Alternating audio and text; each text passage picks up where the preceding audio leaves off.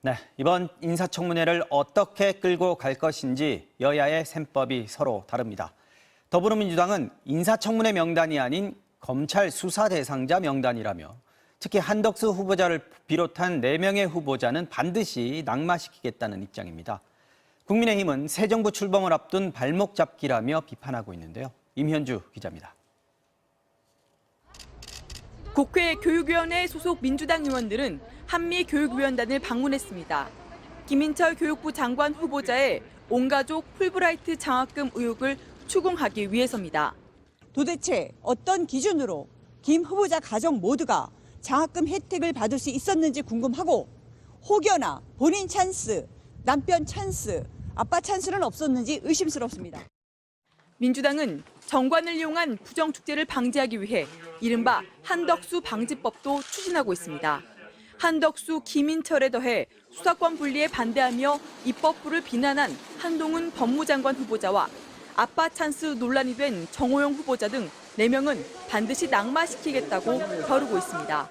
인사청문 명단이라기보다는 검찰의 수사 대상자 명단이라고 하는 것이 더 적합할 것입니다. 반면 국민의힘은 새 정부의 발목을 잡기 위한 무리한 검증은 안 된다며 날을 세웠습니다. 민주당은 자료와 근거를 갖고 비판을 하되 새 정부 출범 발목 잡기식 검증이나 그리고 비판을 위한 비판을 해서는 안 된다고 생각합니다. 윤석열 당선인 측도 후보자들에게 그간 제기됐던 의혹에 대해 적극적으로 해명하라며 당당한 대응을 주문했습니다. 국회의원들의 질의에 정확하게 자신의 소신이나 또 철학, 또 앞으로 부서를 운영할 그런 계획들을 명확하게 밝혀주시기 바랍니다. 공정과 상식을 벗어난 후보자들의 모습을 부각시켜 지방선거에서 유리한 여론을 선점하려는 민주당과 검찰 수사권 분리 법안에 이어 청문회에서까지 주도권을 빼앗길 수 없다는 국민의힘이 정면으로 맞붙는 상황입니다. MBC 뉴스 임현주입니다. 장관 후보자 검증 보도 이어갑니다. 김인철 교육부 장관 후보자가 자신이 심사한 제자의 박사 논문을 짜깁기, 요약해서 학회지에 발표한 사실이 확인됐습니다. 심지어 이렇게 짜깁기한 논문으로 연구비까지 지원받았는데요. 한나라의 교육을 이끌 책임자가 되기에 부적절한 일이라는 비판이 나옵니다. 먼저 정영훈 기자가 단독 보도합니다. 국민의힘 인천 연수구청장 예비후보자 이성만 씨가 지난 1999년 한국외대 행정대학원에 제출한 박사 논문입니다. 지역 기술혁신 참여기관들의 네트워크와 역할에 관한 연구. 지도교수는 김인철 교육부 장관 후보자입니다. 그런데 1년 6개월 뒤 정책학회부에 유사 제목의 논문이 실립니다. 부제는 똑같습니다. 논문 작성자는 김인철, 주제는 같지만 다른 논문일까?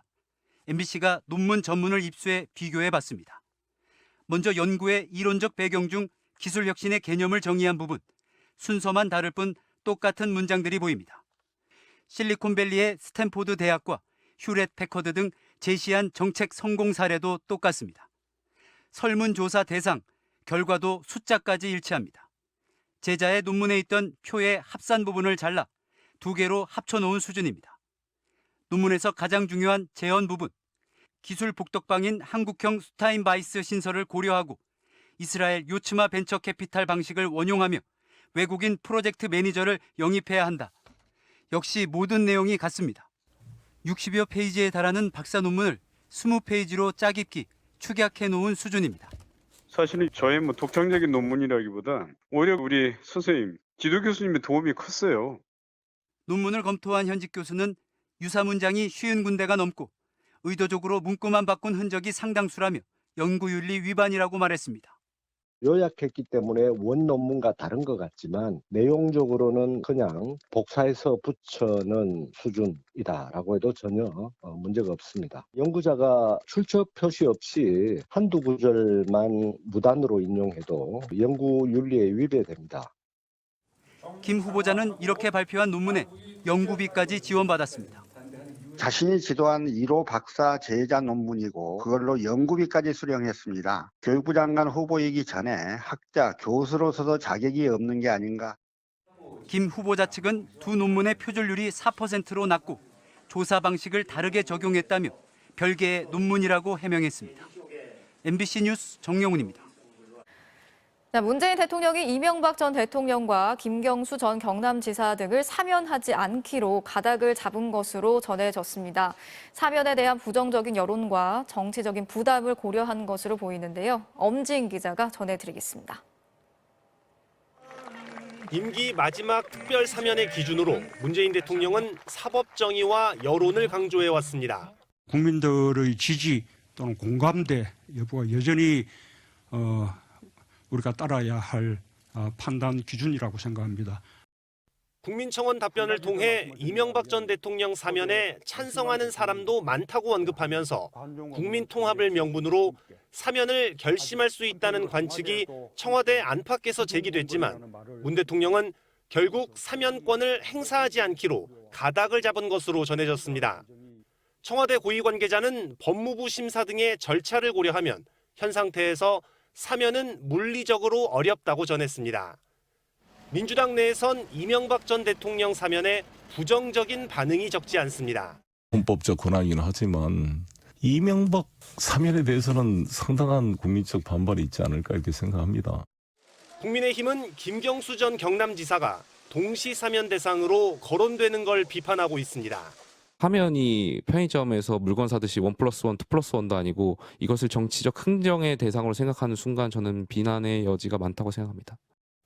결국 문 대통령은 누구를 사면하든 국민적 공감대가 충분하지 않은 상황에서 정치적 부담만 질 수 있다는 판단을 한 걸로 보입니다. 부패 경제범죄에 대한 사면을 최소화한다는 방침에 따라 이재용 삼성전자 부회장에 대한 사면도 하지 않을 것으로 알려졌습니다. 이에 따라 이명박 전 대통령의 사면 여부는 다음 대통령의 선택으로 넘겨졌습니다. 윤석열 당선인은 후보 시절부터 이 전 대통령 사면을 공약해왔습니다. MBC 뉴스 엄지인입니다. 한 20대 지적 장애인을 살해하고 야산에 암매장한 혐의로 남녀 4명이 구속됐습니다. 이들은 피해자와 같이 살고 있었고요. 이들 중 일부는 역시 같은 지적 장애인이었습니다. 이지수 기자가 취재했습니다. 경기도 김포시의 한 야산. 2차선 도로와 맞닿은 산 입구에서 오솔길을 따라 30m가량 올라가자 풀숲에 깊게 파인 구덩이가 나옵니다. 지난달 20일 여기서 나무를 캐던 주민이 시신을 발견해 경찰에 신고했습니다.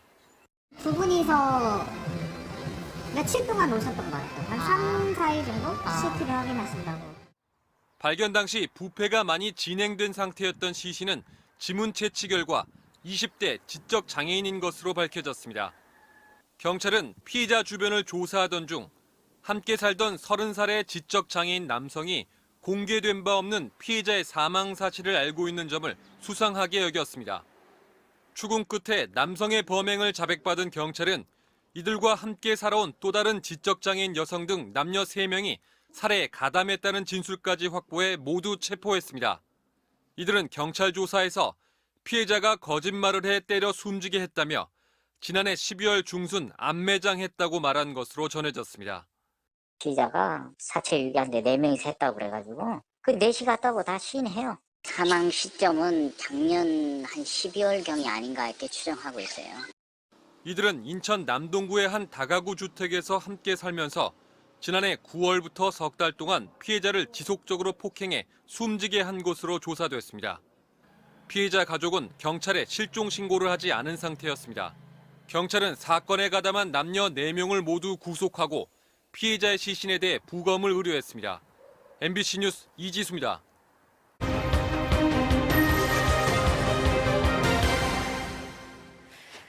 택시의 과실로 교통사고가 일어났을 때 차량의 수리비는 보험으로 보상을 해주겠다면서 치료비는 굳이 안 된다고 하는 경우가 있습니다. 그래도 계속해서 요구를 하면 법정으로 가서 따져보자는 반응이 돌아오는데 여전히 이런 일이 적지 않다고 합니다. 제보는 MBC 구나연 기자가 전해드리겠습니다. 인천 남동구의 한 사거리. SUV 차량을 운전하던 강모 씨가 좌회전 신호를 받고 골목길로 들어섭니다. 그때 교차로 모퉁이에 서 있던 택시가 후진하다 왼쪽으로 핸들을 꺾으면서 강 씨 차량의 뒤쪽에 부딪혔습니다. 횡단보도에 손님을 내려준 택시가 다시 직진하려고 방향을 틀다가 좌회전하던 강 씨 차량과 충돌한 겁니다. 전 신호가 들어와서 천천히 이제 움직였죠. 좌회전을 해서 딱 가는데 갑자기 퍽 받는 거예요. 택시는 정차해선 안 되는 교차로 모퉁이 위, 횡단보도 위에 서 있었고 좌회전 차들이 들어오던 중에 방향을 꺾었습니다. 현장에 나온 택시공제조합 측은 과실을 인정하면서 차량만 고친다면 보험을 통해 수리비를 100% 부담하겠다고 했습니다. 목과 어깨 관절 등의 부상을 입은 강 씨는 치료비를 보상받을 수 있는 대인 접수도 요청했지만 거절당했습니다. 대물은 100% 해드리겠습니다. 그런데 대인은 접수 못 해드립니다라고 설명을 하는 거예요. 그래서 강 씨가 대인 접수를 계속 요구하자 공제조합 측은 그럴 거면 쌍방과실로 하자며 기사를 입원시키겠다는 반응을 보였습니다. 대인 접수를 해야 한다면 양쪽이 같이 해서 과실 비율을 따져봐야 한다는 겁니다. 서로 접수해서 이제 처리하는 게 가장 빠른 해결 방법이지 않나 그렇게 생각이 듭니다. 결국 피해자는 차량 수리비 250만 원과 현재까지 청구된 치료비 70만 원을 부담했고 소송을 준비하고 있습니다. 택시 같은 사업용 자동차와 사고가 났을 때 기사나 공제조합이 보험 접수를 거부하거나 늦추는 일이 여전히 적지 않습니다. 택시 등이 보험 접수를 거부해 발생한 민원은 꾸준히 매년 400건을 넘기고 있습니다. 특히 대물 접수의 경우 할증률이 10% 정도지만 대인 접수는 25%까지 올라가기 때문에 보험료 부담에 보험 접수를 꺼리는 겁니다. 경미한 교통사고에 대해 공제조합에서 사고 접수조차 해주지 않고 과실 비율을 흥정하거나 피해자를 하여금 포기하도록 만드는 경우도 있는데 소송을 통해 시시비비를 가릴 수도 있지만 시간과 비용에 대한 부담 때문에 포기하는 피해자들도 적지 않습니다. MBC 뉴스 구나연입니다.